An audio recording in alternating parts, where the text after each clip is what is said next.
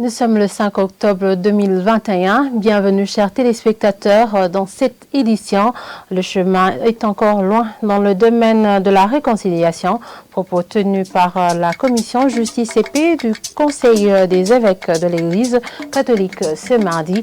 Vous aurez les détails dans ce journal. Nous allons également vous parler de cet appel à l'aide de la direction provinciale de l'éducation à Cibitoke.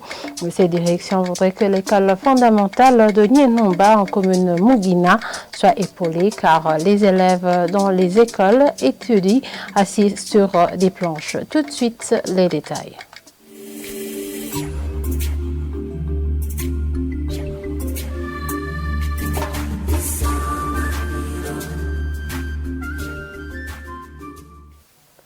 Encore une fois, bienvenue chers téléspectateurs. Le chemin est encore loin dans le domaine de la réconciliation.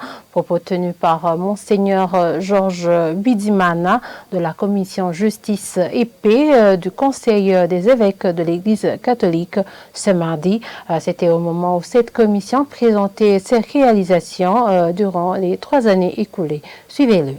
Le programme BBB, Building Bridge in Burundi, c'est un programme qui a été financé par le Royaume des Pays-Bas et qui a été porté par un consortium de 4 associations. L'objectif était de promouvoir la justice et la réconciliation au sein de la population burundaise. Vous savez qu'il y a eu beaucoup de difficultés depuis quelques décennies au Burundi et qui ont créé des mésententes et même qui ont endeuillé beaucoup de familles. Tout cela a des répercussions, des répercussions dans notre société, surtout avec les rancunes qui se conservent dans les cœurs. C'est ça justement qu'il faudrait guérir. Oui, il y a encore des pas à franchir parce qu'il y a encore beaucoup de Burundais qui gardent beaucoup de rancunes dans leur cœur. Il y a encore des plaies qui sont encore vertes. C'est pour ça que je dis qu'il y a des étapes à franchir. Non, à ceux qui gardent la rancune dans leur cœur, je conseillerais d'être ouverts à la réconciliation, au pardon. Parce que le pardon guérit en premier lieu celui qui le donne, parce que c'est une voie pour la guérison intérieure. Les résultats sont assez palpables.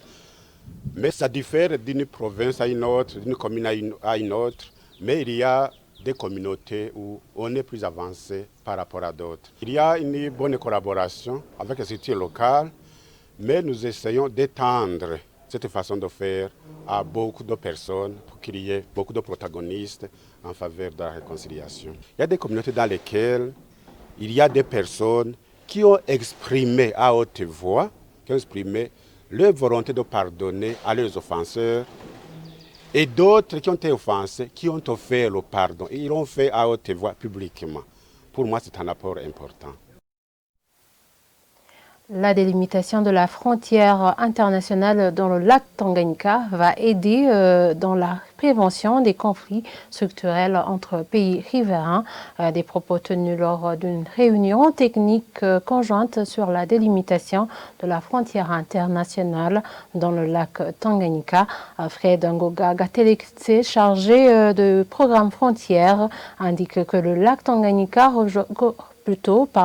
le lac Tanganyika regorge des ressources naturelles qui peuvent être sujets de disputes entre pays. Suivez-le. Les pays se sont mis d'accord pour travailler ensemble de manière pacifique pour qu'il n'y ait pas de disputes frontalières dans les jours à venir. Parce que, comme vous le savez, le lac Tanganyika regorge de plusieurs ressources, non seulement en ce qui concerne la pêche, le gaz naturel et autres biens.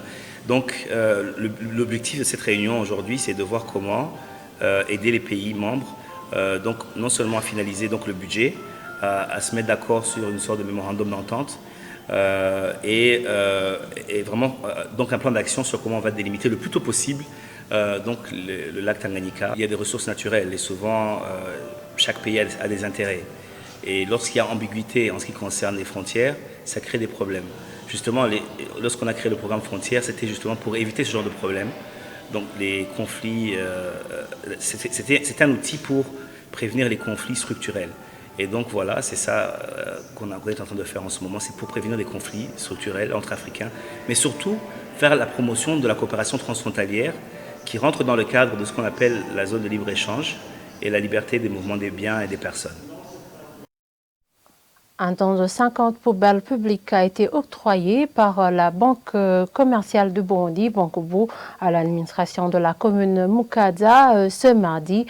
Trinitas Gilkushaka, ADG de la Bankobu, précise qu'elle a répondu à l'appel de l'administration de Mukaza pour appuyer le renforcement de la propreté de la ville de Bujumbura. Renova Sindayihebura interpelle tout à chacun de faire sienne la propreté dans sa localité. Jean-Marie Mayonga pour les détails. Ces poubelles qui ont été octroyées s'ajoutent à une centaine déjà implantées dans le centre-ville de Bujumbura pour la propreté. C'est dans cette optique de la propreté que la Bankobu a répondu à l'appel de l'administration communale de Mukaza. Le don que nous venons de remettre à la commune Mukaza aujourd'hui a une valeur de à peu près 45 millions de francs bou. Nous venons de remettre 50 poubelles publiques que nous avons promis de financer la commune Mukaza dans sa politique de rendre notre ville propre. L'administrateur de la commune de Mukaza accueille à bras ouverts cet appui. Renova Sindayihebura appelle d'autres à emboîter le pas. Cet administratif communal appelle aussi les citadins à un bon usage de ces poubelles publiques. Nous venons de réceptionner une cinquantaine de poubelles de la part de la Banque commerciale du Burundi, la Bankobu. C'est dans un vaste projet que nous avons initié depuis le début de cette année où nous voulons que notre commune soit un exemple de la mairie de Bujumbura au niveau de la salubrité. Nous avons déjà installé une centaine et nous avons déjà approché les institutions bancaires comme la Bankobu que nous remercions aujourd'hui qui viennent de nous accorder 50 poubelles que nous allons installer dans la zone d'Orohero pour éviter que demain ou après-demain, il y a quelqu'un qui a un prétexte de jeter les déchets sur la voie publique, prétextant qu'il a manqué de poubelles. Demandons à d'autres institutions bancaires, d'autres sociétés d'assurance qui opèrent dans cette commune de nous aider à avoir les plus de 500 poubelles qu'on a besoin. Les poubelles publiques sont utilisées par le public. Donc ces poubelles n'appartiennent plus à l'administration ou aux responsables administratifs. Ce sont des poubelles publiques où chacun est interpellé d'essayer de faire le tout possible pour que ces poubelles soient bien entretenues et bien utilisées. L'administrateur de la commune Mukaza compte mettre en place une mesure exigeant chaque propriétaire de la parcelle à avoir une poubelle à partir du 15 courant. Les récalcitrants sont menacés par des sanctions, conclut Renova Sindayihebura. Quittons la capitale pour nous rendre à Cibitoke, plus exactement à Nyenumba, où l'école fondamentale en commune Mugina de la province Cibitoke fait face à un manque d'enseignants et de bancs pupitres. En première année, les élèves étudient assis sur des planches. La direction provinciale de l'éducation à Cibitoke appelle l'administration et les parents à contribuer. Reportage de Moïse Misago. Cet établissement scolaire compte 6 salles de classe, fonctionnelles bientôt plus de 14 ans selon les enseignants de cette école. Les élèves de la première année s'assoient sur les planches, ce qui impacte négativement le rendement scolaire selon les enseignants. Ce manque d'enseignants pousse les parents à payer les frais pour les vacataires. Ces parents trouvent que cela est l'une des raisons de l'abandon scolaire. Le directeur de l'école fondamentale Nyenumba reconnaît ce défi. Ndwarugira Sébastien fait recours aux parents pour payer les enseignants vacataires suite à son manque d'enseignants à son établissement. Le directeur provincial de l'éducation à Cibitoke invite les responsables de l'administration communale de Mugina ainsi que les parents à contribuer comme cela se fait dans d'autres communes de cette province en attendant l'appui du gouvernement. À cette école fondamentale, Plus de 5 élèves partagent un banc pupitre. La commune Mugina a récemment octroyé à cette école de Nyenumba 25 bancs pupitres.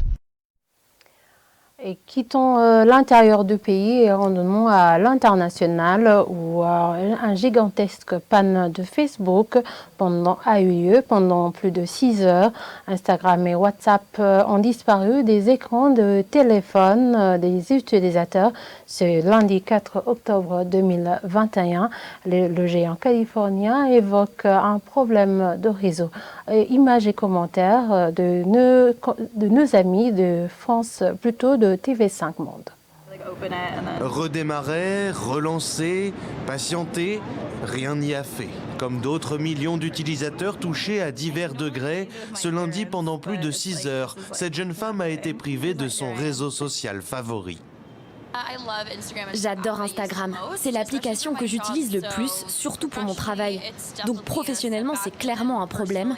Et puis sur le plan personnel, je suis toujours sur l'application. Donc ça craint, c'est le pire truc. C'est la panne la plus importante jamais observée. Instagram, Facebook, WhatsApp et Messenger. Si les applications de Mark Zuckerberg ont depuis retrouvé leur fonctionnalité, le temps de réaction du groupe californien interroge. L'incident a également touché les employés de la plateforme. Pour ce genre de panne, il s'agit généralement d'une erreur humaine, conjuguée à l'absence d'un contrôle technique, capable d'éviter une panne majeure. Il ne faut pas oublier que ce sont des protocoles très anciens qui régissent le fonctionnement d'Internet, ce qui fait qu'une petite erreur peut avoir des effets catastrophiques. D'après Facebook, il s'agit d'une panne d'ordre purement technique, un changement de configuration défectueux des machines qui coordonnent le trafic entre les serveurs. Voilà qui tombe mal, alors que la plateforme auprès de 3 milliards d'utilisateurs mensuels traverse l'une de ses pires crises. Depuis 2 semaines, les révélations d'une lanceuse d'alerte font la une des médias américains.